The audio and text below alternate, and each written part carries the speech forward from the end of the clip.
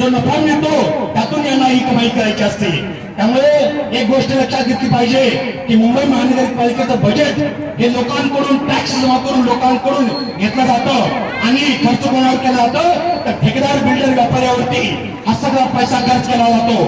त्यामुळे मित्रांनो एक गोष्ट लक्षात घ्यायची आहे की या येणाऱ्या महानगरपालिकेच्या निवडणुकीत तुम्हाला नगरसेवक निवडायचा आहे, तुमचा लोकप्रतिनिधी निवडायचा आहे, भाजप काँग्रेस राष्ट्रवादी शिवसेना यांचे दलाल निवडायचे नाही।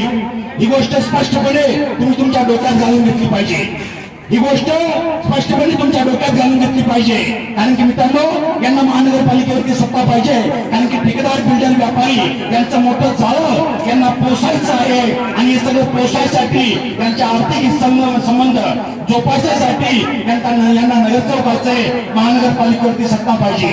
त्यामुळे मित्रांनो एक गोष्ट लक्षात घेतली पाहिजे की तुम्हाला दलाल नाही निवडायचा आहे, तुम्हाला तुमचा लोकप्रतिनिधी निवडायचा आहे जो जनतेसाठी काम करेल आणि खऱ्या अर्थाने जनतेच्या मतावरती निवडून गेलेला असेल।